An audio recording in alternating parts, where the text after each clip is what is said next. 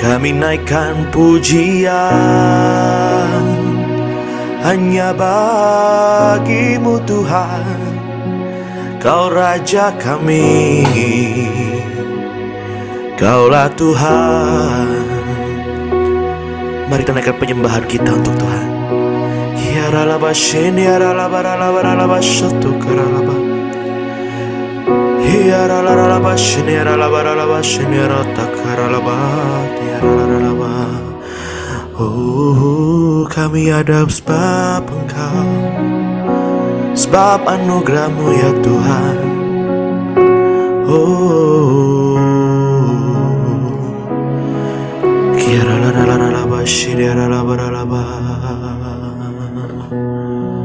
thank you Jesus.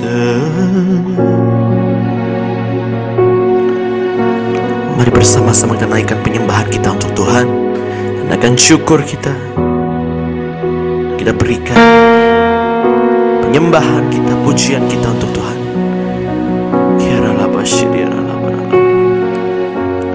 Ku ada sebab anugerah-Mu, ku ada karena kasih-Mu, Tuhan Yesus. Ku berterima kasih buat kasih rahmat-Mu. Katakan terima kasih, terima kasih Yesus, Yesus. Terima kasih, hanya anugerah-Mu buat hidupku sekarang. Ku kan memuji-Mu selamanya. Ya Tuhan, semua karena kebaikan dan anugerah-Mu. Ku ada sebab anugerah-Mu, ku ada karena kasih-Mu, Tuhan Yesus. Ku berterima kasih buat kasih rahmat-Mu. Katakan terima kasih, terima kasih Yesus, Yesus. Terima kasih, hanya anugerah-Mu buat hidupku sekarang. Ku kan memuji-Mu selamanya. Oh, I am here because of your grace, and I am here because of your love. Oh Lord Jesus, I am so thankful for your grace abounds to me. Say thank you Jesus, thank you Jesus, Jesus, Jesus. Thank you Jesus. It's only by your grace that I could live today. Forever I will praise your name. Say thank you Jesus. Oh Jesus, Jesus. Thank you Jesus. It's only by your grace that I could live today. Forever I will praise your name.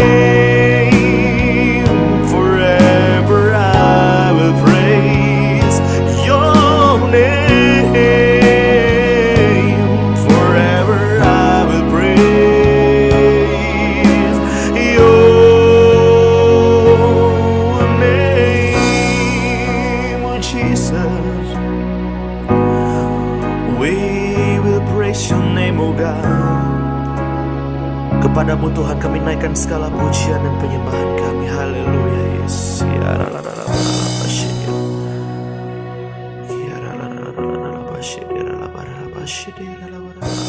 Shalom semuanya, kita bertemu lagi di dalam ibadah doa malam Miracle Prayer and Worship Night. Persiapkan hati saudara dan kita mau menaikkan pujian penyembahan kita kepada Tuhan, Raja di atas segala raja. Nikmati hadiratnya, nikmati kebaikan Tuhan. Mari kita menyembah bersama. Ku bawa kepadamu, oh Tuhan,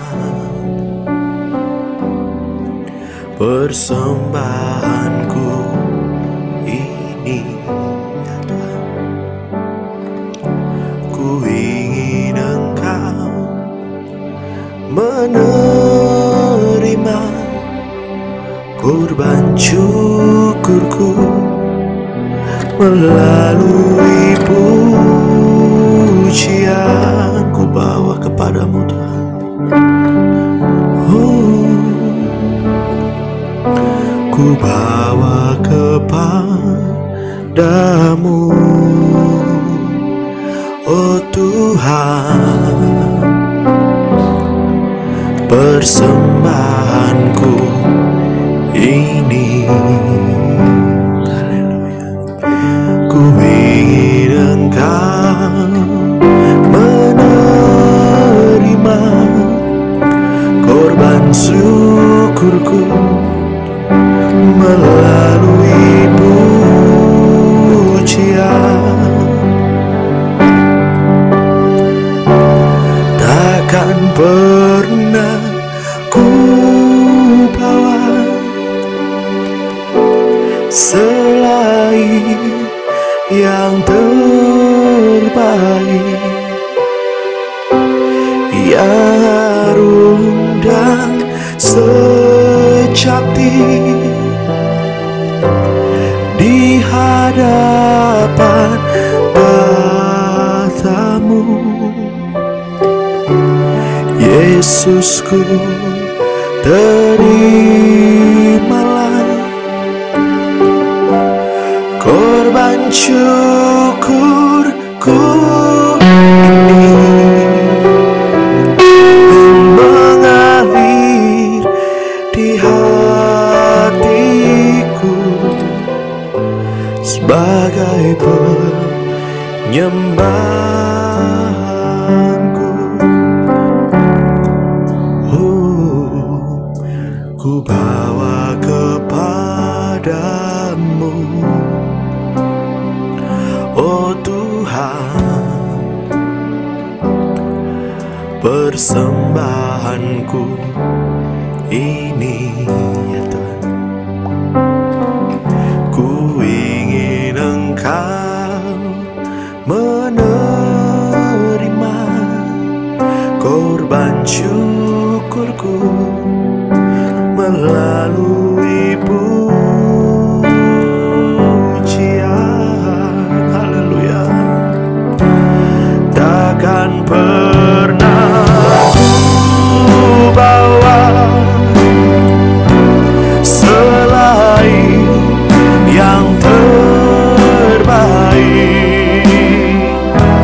yang harum dan sejati di hadapan tatamu. Yesus, ku terimalah korban syukurku ini yang mengalir di hatiku sebagai penyembahanku yang mengalir di hatiku, yang mengalir di hatiku, ya Tuhan, yang mengalir di hatiku.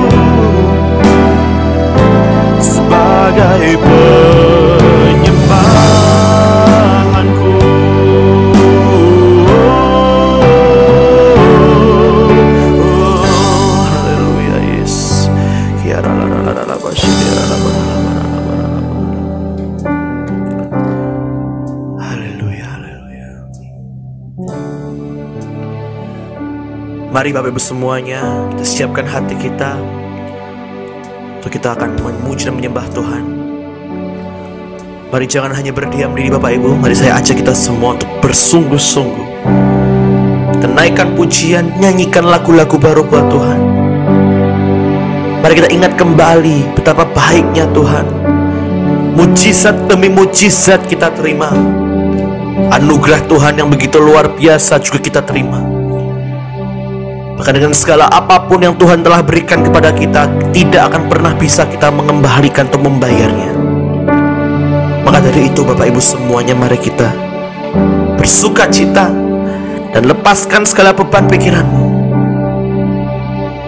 Dan kita naikkan pujian kepada Tuhan. Ya Tuhan, kami percaya bahwa hadirat-Mu Tuhan ada di tengah-tengah kami. Because you are the omnipresent God. Kau Tuhan yang maha hadir. Bahkan ketika kami harus ibadah melalui YouTube, kami percaya Tuhan dimanapun kami berada saat ini, Engkau ada di tengah-tengah kami. Engkau ada di setiap rumah-rumah kami ya Tuhan. Dan kami boleh rasakan hadirat-Mu Tuhan begitu kencang, begitu dahsyat Tuhan melawat setiap kami. Nyanyi pujian bagi-Mu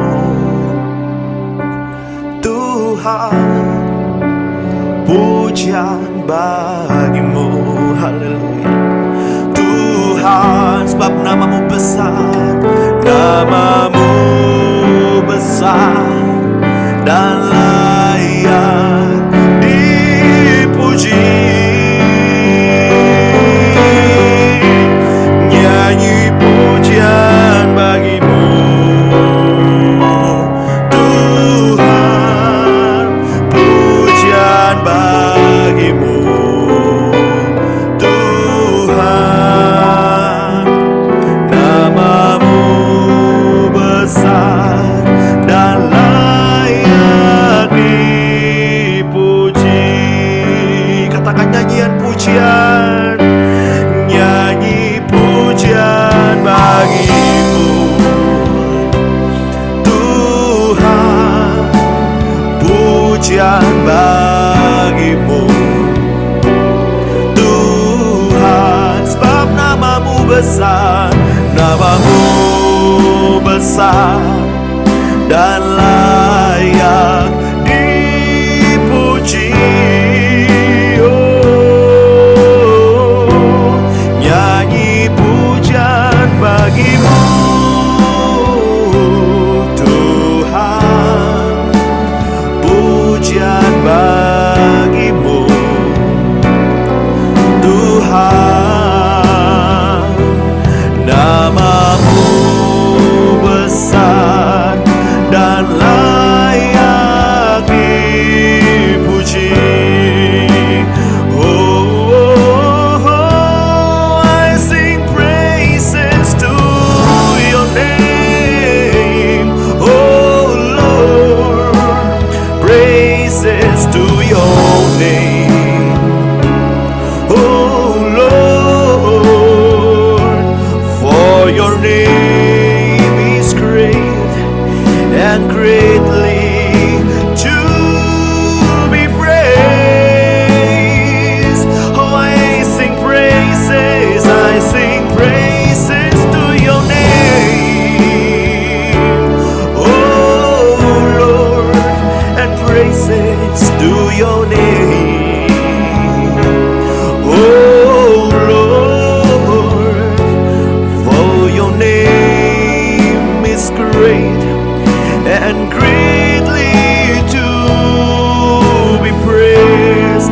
Once again we sing praises to Your name, we sing praises to Your name, oh Lord, praises to Your name, oh Lord, for Your name is great and great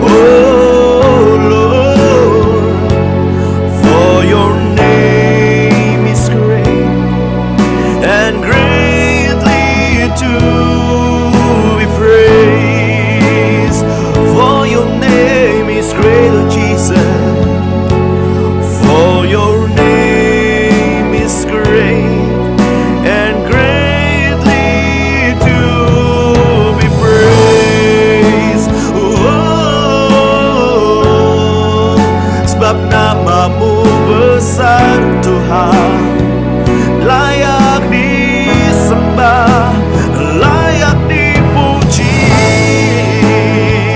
Oh,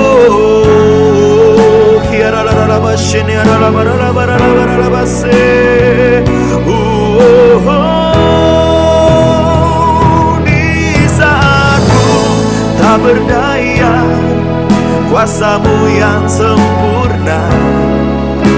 Ketika ku percaya mujizat itu nyata, bukan karena kekuatan, namun Roh-Mu ya Tuhan. Ketika ku berdoa, mujizat itu nyata. Oh, katakan tak terbatas kuasa-Mu, tak terbatas kuasa-Mu Tuhan. Semua dapat Kau lakukan,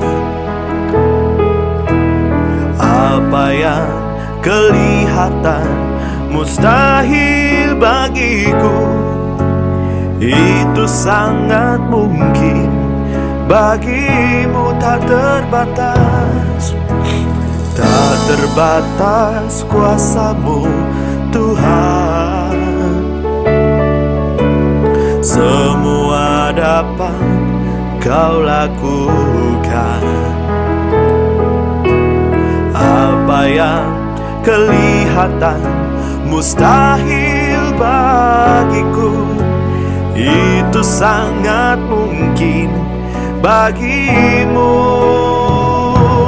Di saat ku tak berdaya, kuasa-Mu yang sempurna. Ketika ku percaya mujizat itu nyata, bukan karena kekuatan, namun Roh-Mu ya Tuhan. Ketika ku berdoa, mujizat itu nyata. Oh, tak terbatas, tak terbatas kuasa-Mu Tuhan. Semua dapat Kau lakukan, apa yang kelihatan mustahil bagiku, itu sangat mungkin bagimu.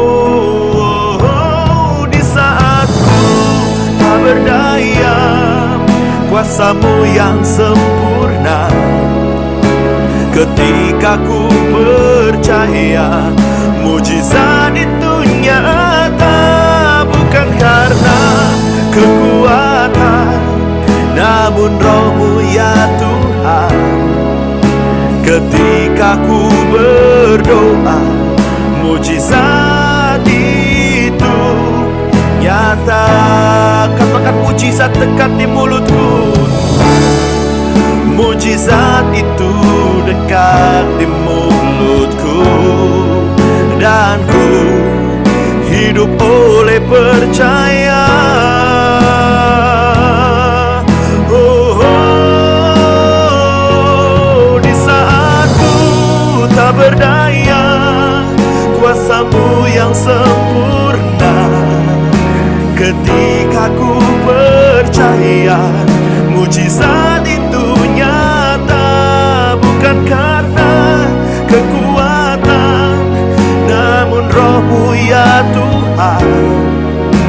Ketika ku berdoa, mujizat itu nyata. Di saatku ya Tuhan, di saatku tak berdaya, kuasa-Mu yang sempurna. Ketika ku percaya mujizat itu nyata, bukan karena kekuatan, namun Roh-Mu ya Tuhan. Ketika ku berdoa,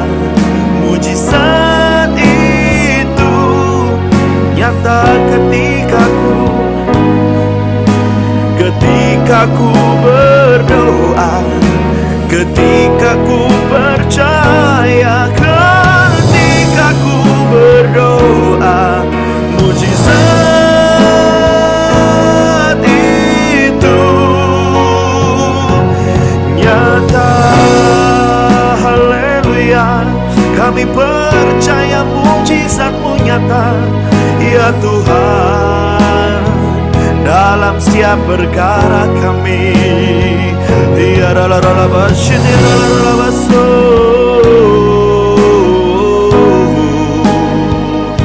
tiada la basini la basini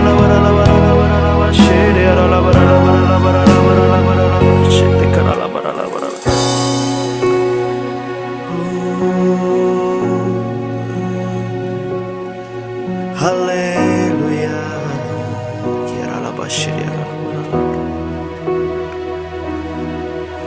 Tuhan tak pernah janji langit selalu biru, tetapi Dia berjanji selalu menyertai.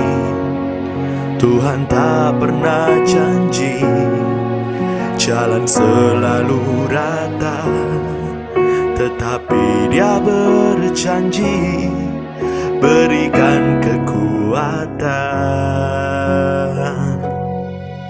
Jangan pernah menyerah, jangan berputus asa. Mujizat Tuhan ada saat hati menyembah. Jangan pernah menyerah, jangan berputus asa. Mujizat Tuhan ada bagi yang setia dan percaya.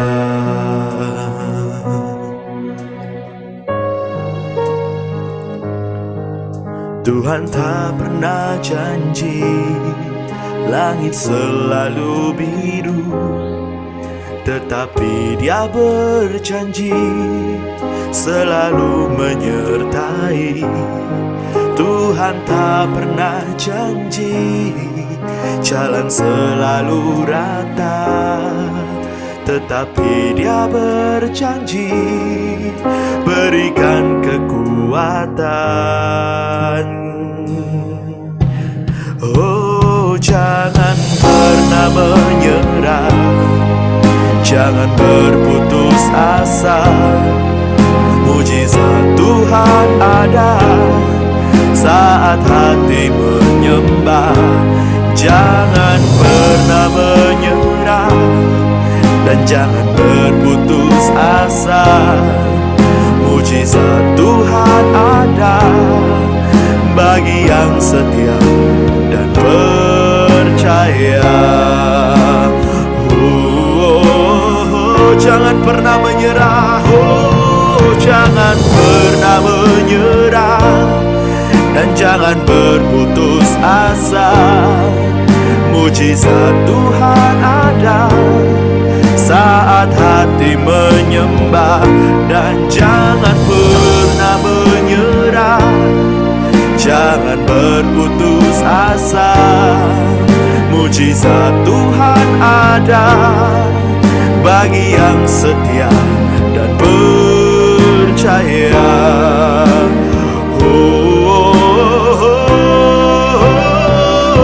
Jangan pernah menyerah, jangan berputus asa. Mujizat Tuhan ada saat hati menyembah. Oh, jangan pernah menyerah, jangan berputus asa. Mujizat Tuhan ada bagi yang setia dan percaya. Oh, mujizat Tuhan ada bagi yang setia dan percaya. Mujizat Tuhan ada bagi yang setia dan percaya. Mari tandangkan penyembahan bagi Tuhan.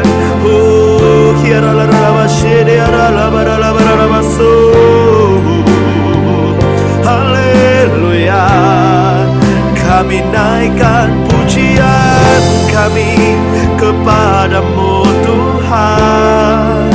Kaulah kekuatan kami, Kaulah pengharapan kami. Kami tidak akan berhenti, kami tidak akan menyerah, sebab mujizat Tuhan selalu menyertai setiap langkah kami. Kami akan tetap setia, kami akan selalu percaya akan mujizat-Mu, akan kuasa-Mu Tuhan. Kami percaya Tuhan, dalam setiap apapun permasalahan kami ada terobosan, ada jalan keluar, ada pintu yang dibukakan untuk setiap kami. Kami percaya mujizat-Mu nyata Tuhan. Di saat kami berdoa, mujizat-Mu nyata. Di saat kami percaya, mujizat-Mu nyata ya Tuhan.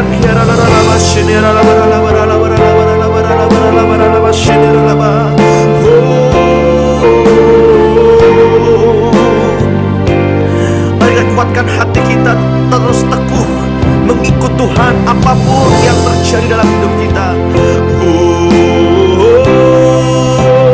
Jangan pernah menyerah, jangan berputus asa. Mujizat Tuhan ada saat hati menyembah. Jangan pernah menyerah, jangan berputus asa. Mujizat Tuhan ada bagi yang setia dan percaya. Lebih lagi kita nyanyikan lagu ini. Jangan pernah menyerah, jangan berputus asa. Mujizat Tuhan ada saat hati menyembah.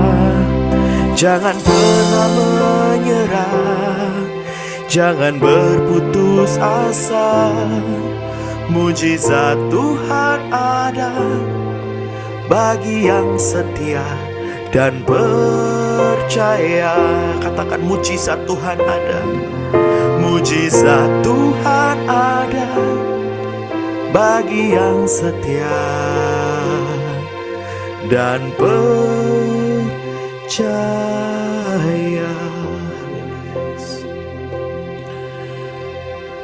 Kiara labashir. Kami percaya mujizat-Mu. Kiara labashir.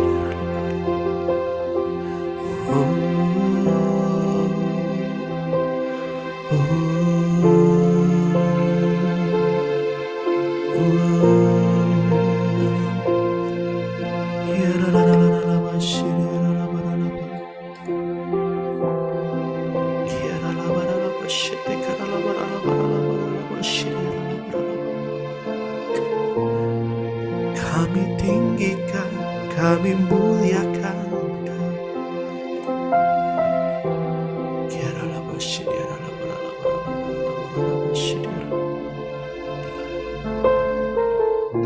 Malam hari ini firman Tuhan tentang mujizat di dalam kebangkitan Tuhan.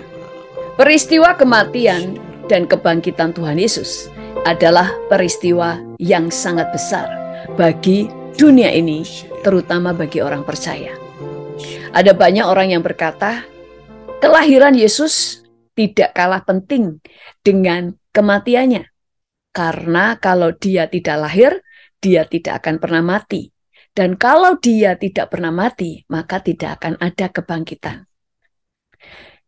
Memang kelahiran Yesus juga penting. Tetapi segala sesuatu untuk memulai relatif mudah.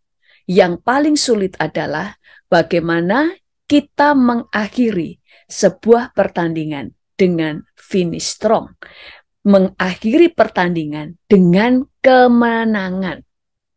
Sebelum kita membahas tentang kebangkitan Tuhan Yesus, kita mengingat dulu awal mula kematian itu ada, yaitu pada waktu zaman Adam dan Hawa masih ada di Taman Eden. Pada waktu itu Tuhan telah menciptakan, kita tahu Tuhan telah menumbuhkan banyak pohon-pohon dengan buah yang baik untuk dimakan. Dan termasuk di dalam Taman Eden. Dan di dalam Taman Eden itu, di tengah-tengahnya ada pohon kehidupan. Juga ada pohon pengetahuan yang baik dan yang jahat. Tuhan sudah memperingatkan Adam, kalau kamu makan buah dari pohon pengetahuan yang baik dan jahat ini, maka kamu akan mati. Dan kita tahu pada akhirnya dia makan buah pengetahuan. Sehingga kematian mulai menguasai dunia ini sejak Adam memakan buah pengetahuan. Karena pada waktu dia memakan buah pengetahuan, artinya dia memberontak. Artinya dia tidak taat dan tidak percaya dengan perkataan Tuhan. Karena Tuhan sudah berkata, kalau makan buah pengetahuan kamu akan mati.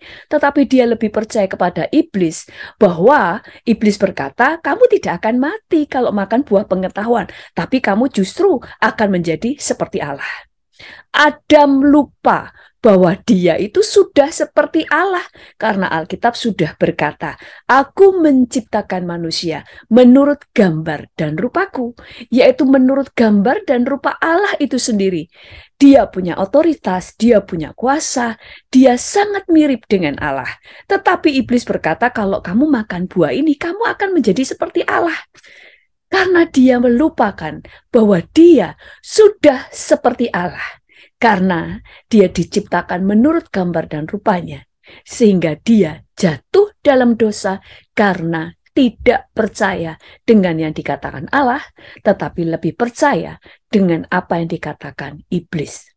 Dan Alkitab berkata bahwa upah dosa adalah maut atau kematian.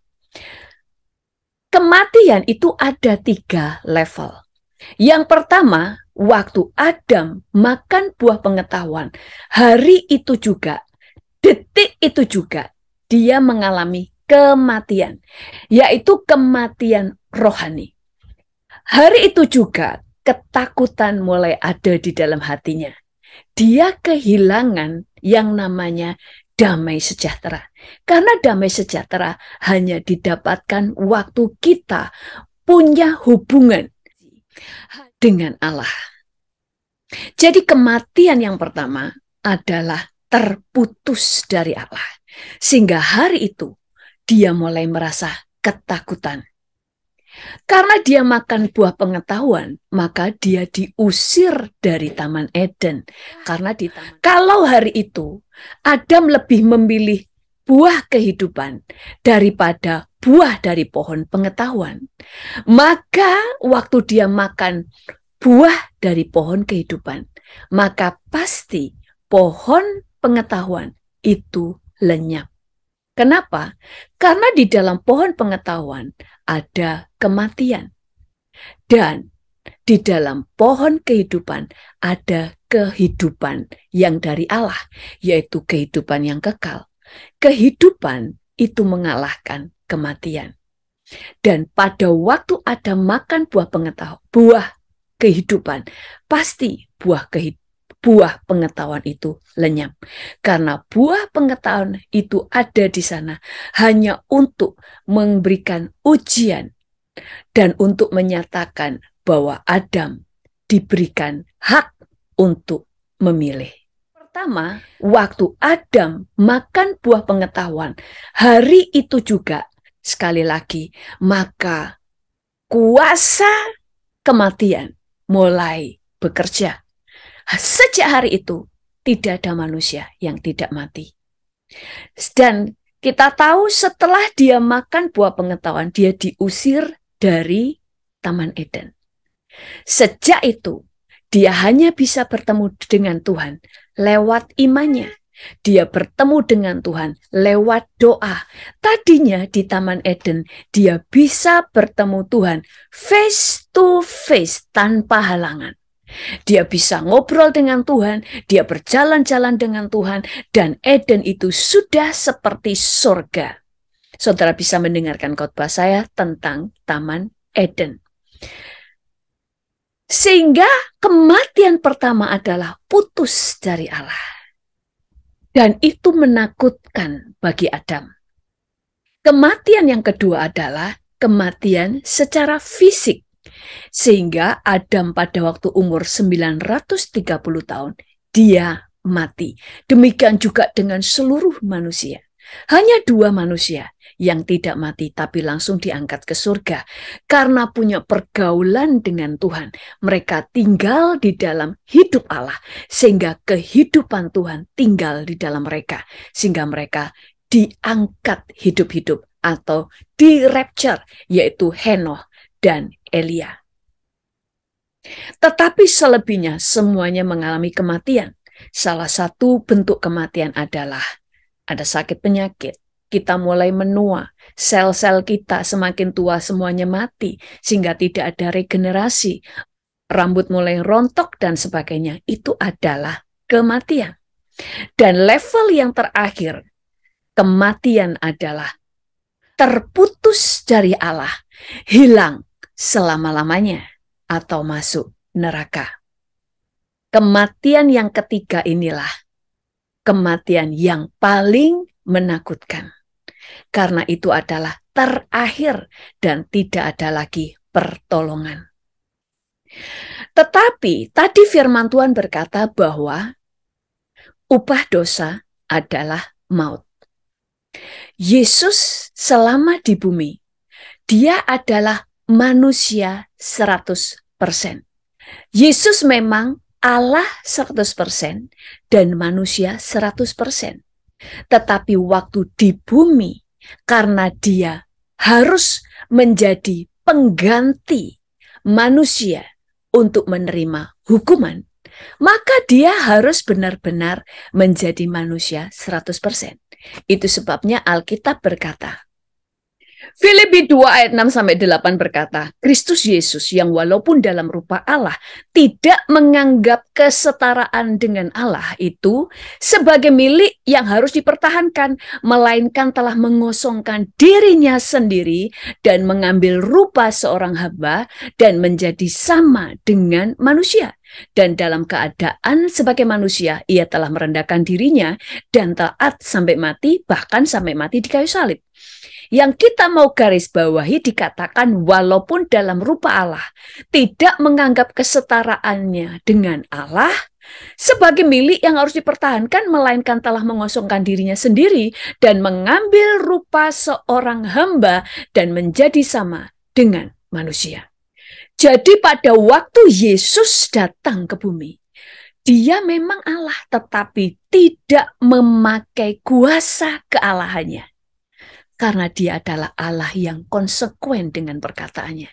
Dia menggantikan manusia, maka dia benar-benar menyerupai kita. Dia tidak memakai kekuasaan kealahannya. Itu sebabnya selama di bumi, dia juga perlu dikuasai Roh Kudus. Dia perlu dikuasai Roh Allah karena di bumi dia adalah manusia 100%. Dia Allah, tetapi tidak memakai kekuasaan kealahannya. Makanya dia bisa takut, dia bisa lelah, dia bisa kecewa, dia bisa sedih. Semua yang ada dalam diri manusia ada di dalam dirinya. Makanya Alkitab juga berkata bahwa di dalam Ibrani 4 ayat 15, sebab imam besar yang kita punya bukanlah imam besar yang tidak dapat turut merasakan kelemahan-kelemahan kita. Sebaliknya, sama dengan kita, ia telah dicobai, hanya tidak berbuat dosa. Yesus sebagai manusia bisa berbuat dosa, tetapi dia memilih untuk tidak berbuat dosa. Tadi firman Tuhan berkata bahwa upah dosa adalah maut. Tetapi Yesus tidak berdosa, sehingga maut tidak bisa menyentuh dia. Mungkin ada yang menjawab, ya dia nggak bisa mati karena dia Allah. Itu sebabnya dia menjadi manusia, supaya bisa mati. Tetapi sekalipun dia menjadi manusia, karena dia manusia yang tidak berdosa, kuasa maut tidak bisa menguasai dia. Kuasa maut tidak bisa menyentuh dia. Itu sebabnya dialah yang harus menyerahkan nyawanya. Firman Tuhan di dalam Yohanes 10 ayat 18 berkata, Bapa mengasihi aku oleh karena aku memberikan nyawaku untuk menerimanya kembali. Tidak seorang pun mengambilnya daripadaku, melainkan aku memberikannya menurut kehendakku sendiri. Aku berkuasa memberikannya dan berkuasa mengambilnya kembali. Inilah tugas yang kuterima dari Bapakku. Kuasa maut tidak dapat menyentuh Yesus. Itu sebabnya Yesus mati setelah dia menyerahkan nyawanya kepada Bapaknya. Saudara tahu pada waktu Yesus harus disalibkan, sebelum disalib, dia sudah disesah, dia dicambuk. Kita sudah tahu kalau saudara sudah melihat, kalau saudara sudah menonton The Passion of Christ, seluruh tubuhnya itu sudah rusak karena dia harus dicambuk dengan cambuk dari bahan kulit yang ujungnya adalah besi. Dia sudah dianiaya, disesah demikian rupa. Baru kemudian dia harus berjalan menuju tempat di mana dia akan disalibkan dengan memikul salibnya sendiri. Pemain Tuhan Yesus di dalam film The Passion of Christ, dia berkata bahwa salib yang dibuat untuk film ini dibuat benar-benar seperti aslinya, ukuran dan beratnya. Dan dia berkata itu berat sekali sehingga pada waktu dia angkat, itu pundak dia itu, bahunya itu patah. Sehingga ditunda karena dia harus dipulihkan dulu kesehatannya karena sempat patah. Dan akhirnya kayunya itu diganti dengan yang lebih ringan. Apalagi Tuhan Yesus yang saat itu habis dianiaya sedemikian rupa. Seluruh tubuhnya itu sudah rusak. Dan dia harus mengangkat salib. Alkitab pun menceritakan bagaimana kemudian Simon dari Kirene menggantikan Yesus untuk mengangkat salibnya karena terlalu berat. Tapi saya cuma mau katakan, kalau manusia biasa, pada waktu dia dianiaya, disesah demikian rupa, pasti sudah pingsan. Karena manusia itu di puncak kesakitannya pasti pingsan. Karena itu adalah anugerah Tuhan. Tubuh ini tidak bisa merasakan sakit yang terlalu sakit, pasti pingsan. Tapi Yesus tidak pingsan. Bahkan sampai di tiang kayu salib, dia disalibkan setelah mengalami aniaya demikian rupa. Orang yang disalib di sebelah kanan kiri Yesus, dia tidak dianiaya dulu seperti Yesus. Tetapi Yesus mengalami aniaya. Dia tidak pingsan karena dia harus menanggung setiap pukulan. Karena yang ditanggung Tuhan Yesus adalah penghukuman dari dosa seluruh dunia. Dia harus mengalami setiap pukulan demi pukulan, setiap rasa sakit, karena dia harus menanggung dosa semua orang. Itu sebabnya Yesus tidak boleh pingsan dan tidak boleh mati sebelum waktunya. Pada waktu yang sudah ditentukan, karena menurut adat istiadat bangsa Yahudi atau yang ada di zaman itu, orang-orang yang disalib tidak boleh tergantung di atas kayu salib, karena mereka harus mempersiapkan hari Sabat. Itu sebabnya kalau yang disalib belum mati, maka kaki-kaki mereka harus dipatahkan supaya mereka jadinya mati. Tetapi Yesus di jam yang tepat, dia telah mati. Dia telah mati sehingga kaki-kaki dia tidak dipatahkan. Karena setelah Tuhan Yesus melepaskan pengampunan, dia berkata, Bapa, ampunilah mereka karena mereka tidak tahu apa yang mereka perbuat. Lalu dia menyerahkan nyawanya. Sehingga Yesus berkata, tidak seorang pun mengambilnya daripadaku, melainkan aku memberikannya menurut kehendakku sendiri. Lalu bagaimana dengan kebangkitannya? Apakah Yesus sendiri yang mengambil nyawanya? Karena tadi dia berkata, aku berkuasa untuk menyerahkannya dan berkuasa untuk mengambilnya. Alkitab berkata, yang pertama yang membangkitkan Yesus adalah Allah Bapa. Dari Paulus seorang rasul, bukan karena manusia, juga bukan oleh seorang manusia, melainkan oleh Yesus Kristus dan Allah Bapa yang telah membangkitkan dia dari antara orang mati.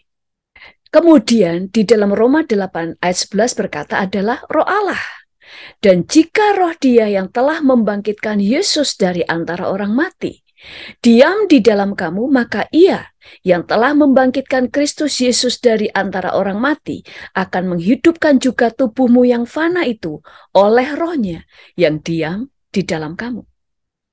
Tetapi di dalam Yohanes 10 ayat 18 tadi berkata, tidak seorang pun mengambilnya daripadaku, melainkan aku memberikannya menurut kehendakku sendiri. Aku berkuasa memberikannya dan berkuasa mengambilnya kembali. Inilah tugas yang kuterima dari Bapakku. Di dalam Yohanes 10 ayat 18 tadi berkata bahwa Yesus berkuasa untuk menyerahkan nyawanya dan berkuasa untuk mengambilnya. Jadi Yesus itu karena dia Allah, dia berkuasa untuk bisa mengambilnya, untuk mengambil nyawanya. Supaya dia hidup, supaya dia bisa hidup kembali kapanpun dia mau. Tetapi karena dia sepakat dengan Bapaknya, dia tunduk kepada Bapaknya, maka sekalipun dia bisa menghidupkan dirinya sendiri kapanpun dia mau, dia lebih memilih supaya Bapaknya lah yang menetapkan kapan dia harus bangkit dari kematian. Itu sebabnya pada waktu Bapaknya menentukan kapan dia harus bangkit, maka Bapa, Roh Kudus, dan Tuhan Yesus, Allah Tritunggal, sepakat di hari itu Allah Tritunggal membuat Yesus bangkit dari kematian. Betapa luar biasa dan uniknya Allah kita. Itu sebabnya Allah kita berbeda dengan ilah-ilah yang diperkenalkan oleh bangsa-bangsa lain. Mereka tidak tahu arti penundukan diri. Mereka tidak tahu arti sepakat. Tuhan tidak hanya menyuruh saudara sepakat, tapi Dia telah melakukannya. Dalam penciptaan, dalam pengutusan, dalam karya keselamatan, dalam kebangkitan Yesus, semuanya Allah Tritunggal bekerja bersama-sama. Yesus selalu sepakat dengan Bapaknya. Karena Yesus adalah pelaku firman. Dia adalah firman yang hidup. Bapaklah yang menentukan segala sesuatu. Itu sebabnya Yesus juga pernah berkata, langit dan bumi akan berlalu. Tetapi tentang hari itu, tidak ada seorang pun yang tahu. Malaikat-malaikat di surga tidak, dan anak pun tidak. Hanya Bapa yang tahu. Karena Yesus sepakat, hanya Bapalah yang menentukan. Dia sepakat dengan Bapaknya. Jadi sekali lagi, sekalipun Yesus bisa membangkitkan dirinya, tapi Yesus lebih memilih untuk menunggu sampai Bapaknya yang menentukan kapan dia harus bangkit dari kematian. Kenapa bagi orang percaya kematian dan kebangkitan Yesus adalah lebih penting daripada kelahirannya? Itu sebabnya banyak yang berkata, seharusnya kita merayakan kematian dan kebangkitan Tuhan Yesus lebih hebat daripada kelahirannya. Banyak yang berkata, antara kelahiran, kematian, dan kebangkitannya sama-sama penting. Karena kalau dia tidak lahir, dia tidak akan pernah mati. Dan kalau tidak pernah mati, tidak pernah bangkit. Saudara harus tahu, garis akhir selalu lebih penting daripada start awal. Segala sesuatu, start awal memang penting, tetapi garis akhir jauh lebih penting. Karena untuk memulai segala sesuatu relatif lebih mudah daripada mengakhiri, daripada menyelesaikan sampai akhir. Banyak orang bisa menikah karena jatuh cinta, langsung menikah, tapi belum tentu mereka bisa mengakhiri pernikahan mereka sampai akhir dengan kemenangan. Itu sebabnya Yesus, dia lahir di bumi. Tetapi puncaknya adalah apakah dia mengakhiri pertandingan dengan finish strong. Dia pada waktu mau menghadapi salib, dia harus bergumul dengan dirinya sendiri. Itu sebabnya dia harus berdoa 3 kali. Berkata, Bapa kalau boleh, biarlah cawan ini lalu daripadaku. Sampai 3 kali. Bahkan dia membangunkan murid-muridnya supaya menemani dia. Dan dikatakan dia sampai saking tegang dan takutnya, dia meneteskan keringat darah.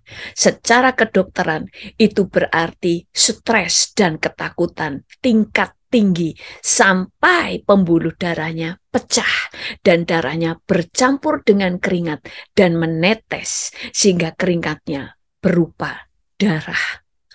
Saat itu surga diam karena Yesus sebagai manusia punya hak untuk memilih. Dia menyelesaikan misi bagaimana dia diutus untuk datang ke bumi atau tidak. Dia punya hak untuk menolak, dia punya hak untuk menerimanya. Saat itu, Yesus sebagai manusia diperhadapkan 2 pilihan. Itu sebabnya kita tahu, mengakhiri sebuah pertandingan jauh lebih penting daripada bagaimana memulainya. Tetapi Yesus memilih untuk menyelesaikan tugasnya sampai selesai. Dan saudara harus tahu, puncak kemenangan Yesus di kayu salib adalah pada waktu dia melepaskan pengampunan. Kalau dia pahit saja, jengkel saja dengan orang-orang yang merendahkan dan menampar dia dan menganiaya dia, maka ada noda di dalam dirinya, ada setitik dosa karena dia menjadi kecewa. Kalau ada setitik noda dosa, dia tidak layak menjadi korban. Karena korban harus tidak bercacat celah. Itu adalah syarat hukum Taurat. Dan untuk Yesus darahnya bisa mengampuni dosa seluruh dunia. Dia tidak boleh bercacat. Setelah dia melepas pengampunan, dia menyerahkan nyawanya dan dia mati. Lalu apa yang terjadi setelah kebangkitannya? Mujizat-mujizat, kuasa di balik kebangkitan Tuhan Yesus. Yang pertama, kuasa yang terjadi setelah kematian Yesus, setelah kebangkitan Yesus adalah kuasa yang terjadi setelah Yesus dibangkitkan. Yang pertama, kita tidak harus turun ke dunia orang mati saat atau setelah meninggal, tapi langsung ke Firdaus. Sebelum Yesus mengalahkan maut, semua orang yang mati harus turun ke dunia orang mati. Itu sebabnya Yakub pada waktu Yusuf mati, anak kesayangannya mati, dia menangis dan berkata, aku mau turun ke dunia orang mati, karena dia tahu Yusuf ada di sana. Tetapi pada waktu Yesus mati, Alkitab berkata, Yesus berseru pula dengan suara nyaring lalu menyerahkan nyawanya. Dan lihatlah, ini setelah Yesus mati, dan lihatlah tabir bait suci terbelah dua dari atas sampai ke bawah. Dan terjadilah gempa bumi, dan bukit-bukit batu terbelah, dan kuburan-kuburan terbuka, dan banyak orang yang kudus yang telah meninggal bangkit. Dan sesudah kebangkitan Yesus, mereka pun keluar dari kubur, lalu masuk ke kota kudus dan menampakkan diri ke banyak orang. Jadi, waktu Yesus mati, Yesus membuka Hades. Orang-orang mati di zaman sebelum Yesus mengalahkan maut, mereka masuk ke Hades. Saudara harus pelajari, dengarkan khotbah saya tentang Hades.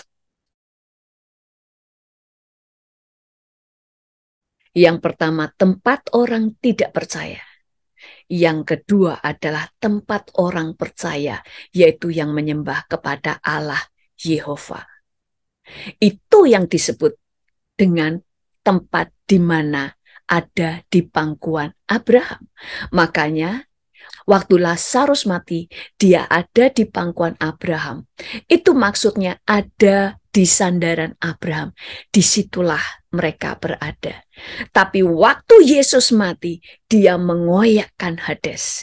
Dan waktu Yesus bangkit dari kematian, maka Yesus mengosongkan Hades. Makanya orang-orang bangkit dari kematian. Dan sejak itu, setiap orang percaya yang mati, mereka tidak perlu pergi ke dunia orang mati, tapi langsung masuk ke Firdaus atau surga. Firdaus itu juga ada di surga, yaitu tingkat yang ketiga. Yang kedua, kuasa kebangkitan Yesus. Mujizat yang terjadi adalah maut dikalahkan. Aku berkata kepadamu, sesungguhnya barang siapa menuruti firman-Ku, ia tidak akan mengalami maut selama-lamanya. Kemudian di dalam Yohanes 10 ayat 25 sampai 26 berkata, jawab Yesus, akulah kebangkitan dan hidup. Barang siapa percaya kepadaku, ia akan hidup walaupun ia sudah mati. Dan setiap orang yang hidup dan yang percaya kepadaku tidak akan mati selama-lamanya. Percayakah engkau akan hal ini? Karena Yesus telah mengalahkan maut, maka setiap orang, karena Yesus telah mengalahkan kematian, maka setiap orang percaya tidak akan mengalami kematian di level 3, yaitu kematian kekal atau terhilang selamanya. Karena saudara dan saya tidak akan pernah mati.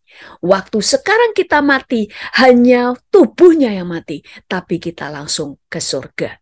Itu sebabnya Paulus berkata, mati adalah keuntungan, hidup adalah Kristus. Karena begitu kita mati secara tubuh, roh kita langsung matanya terbuka.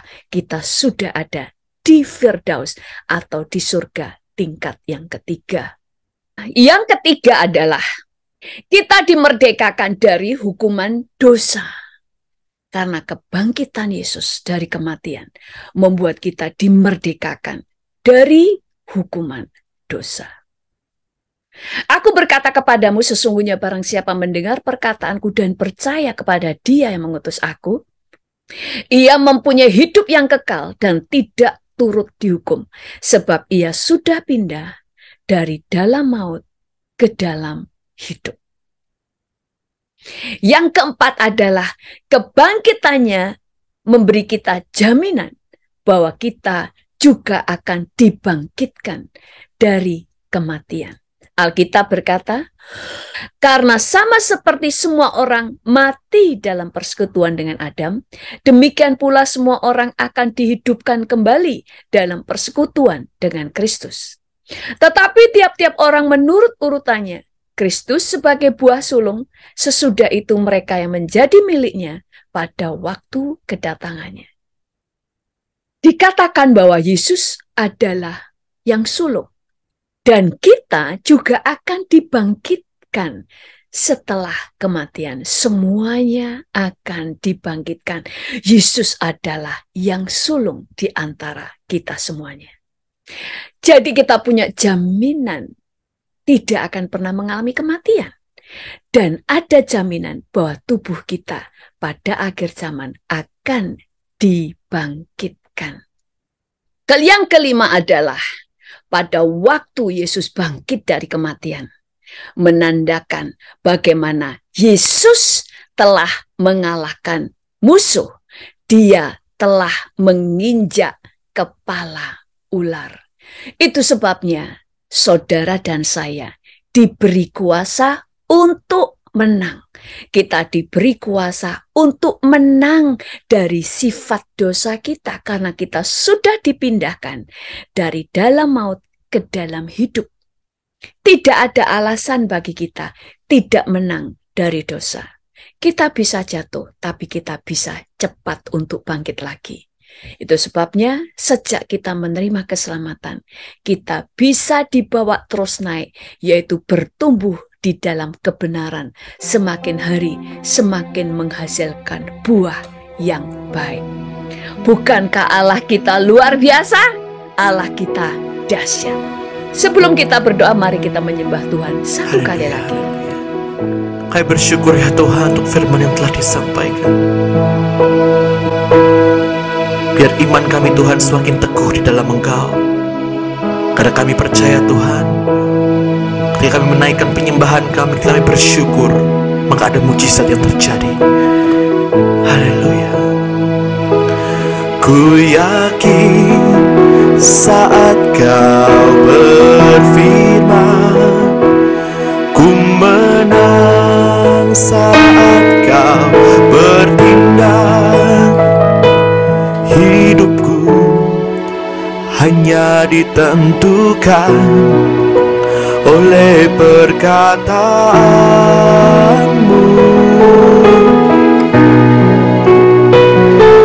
Ku aman karena Kau menjaga, dan ku kuat karena Kau menopang. Hidupku hanya ditentukan oleh kuasa-Mu.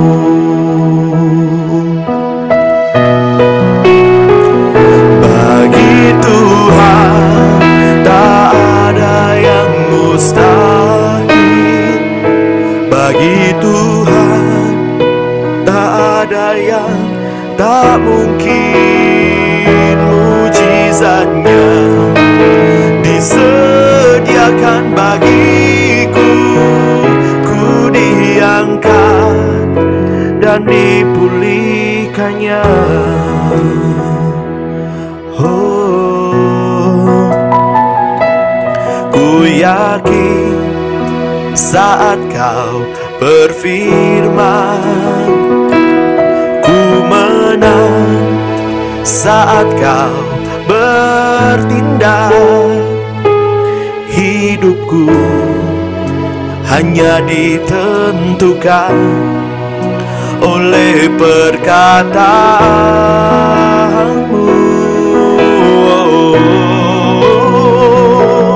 Ku aman karena Kau menjaga.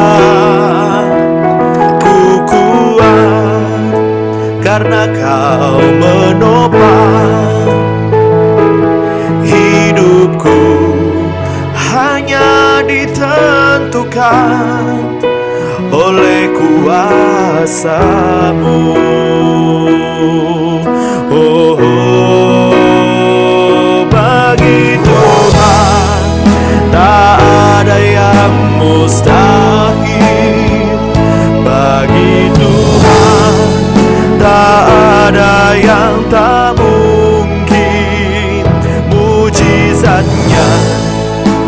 disediakan bagiku. Ku diangkat dan dipulihkannya bagi Tuhan, bagi Tuhan. Tak ada yang mustahil bagi Tuhan, tak ada yang tak mungkin.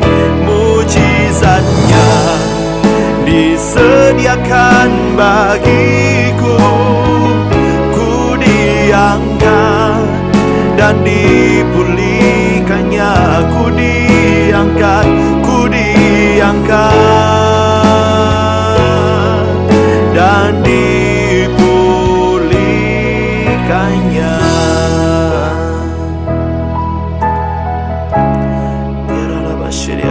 Tuhan, kami bersyukur karena Engkau telah mati bagi kami dan Engkau telah membuktikan kemenangan-Mu.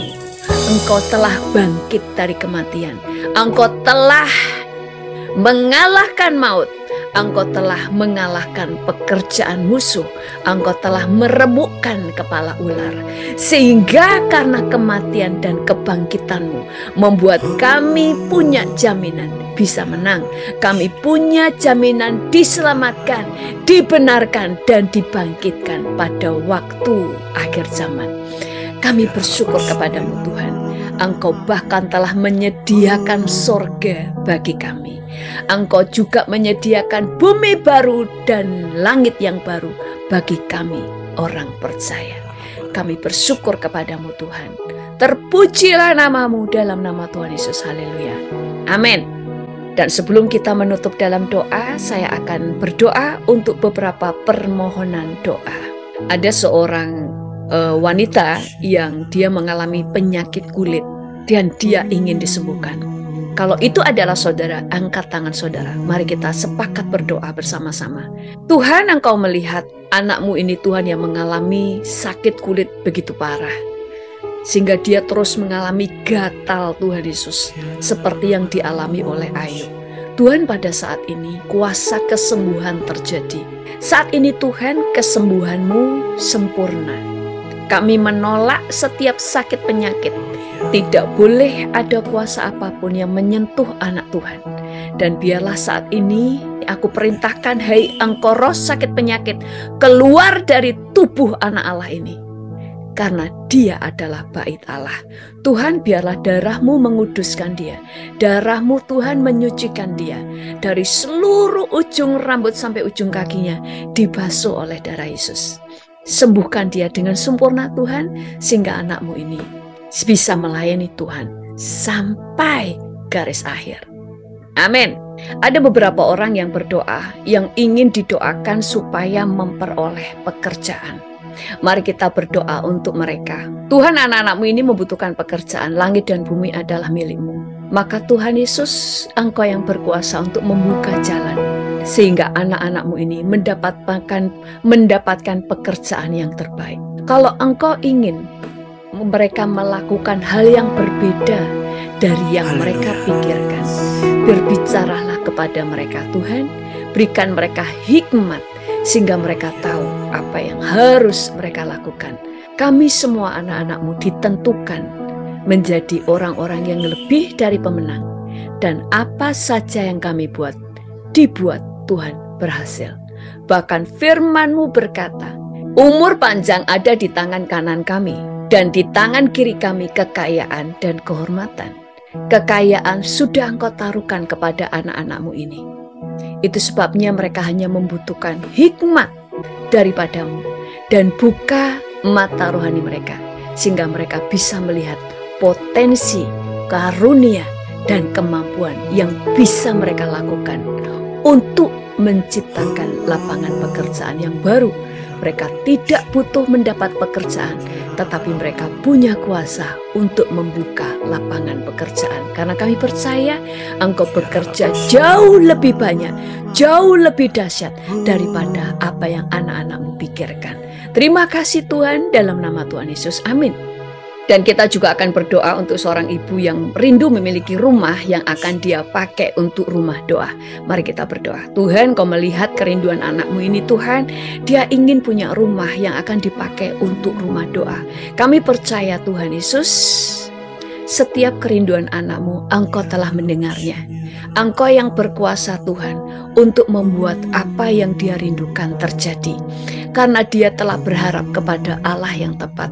Dia berlari kepada tempat yang tepat, yaitu dia berlari kepada Engkau. Karena dia tahu Engkaulah yang bisa memberikan jawaban atas doanya. Itu sebabnya Tuhan, doa orang percaya mereka tidak akan dikecewakan. Biarlah ibu ini bisa melihat bahwa apa yang dia rindukan Engkau yang sanggup memberikan jawaban. Berikan dia Tuhan mujizat-Mu Tuhan, supaya nama-Mu dipermuliakan. Sehingga lewat rumah ini Tuhan ada banyak orang yang berdoa dan memuji Tuhan. Dalam nama Tuhan Yesus, mari kita semuanya angkat tangan kita. Kita mau tutup doa malam ini dengan berkat Tuhan. Kami mengucap syukur kepadamu Tuhan. Kami bawa Tuhan setiap permohonan doa yang belum sempat didoakan. Kami percaya Engkau Allah yang menjawab doa. Biarlah setiap pergumulan setiap orang yang telah menyatakan pergumulannya mendapatkan jalan keluar dari Allah. Dan biarlah setiap anak-anak-Mu Tuhan melihat mujizat.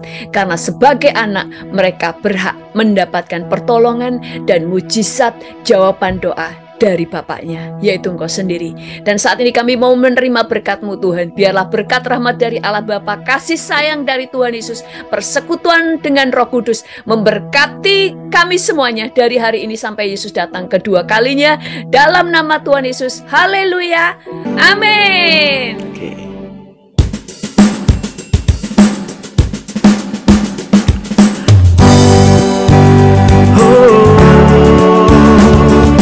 Lakukanlah lagi keajaiban dalam nama-Mu Tuhan.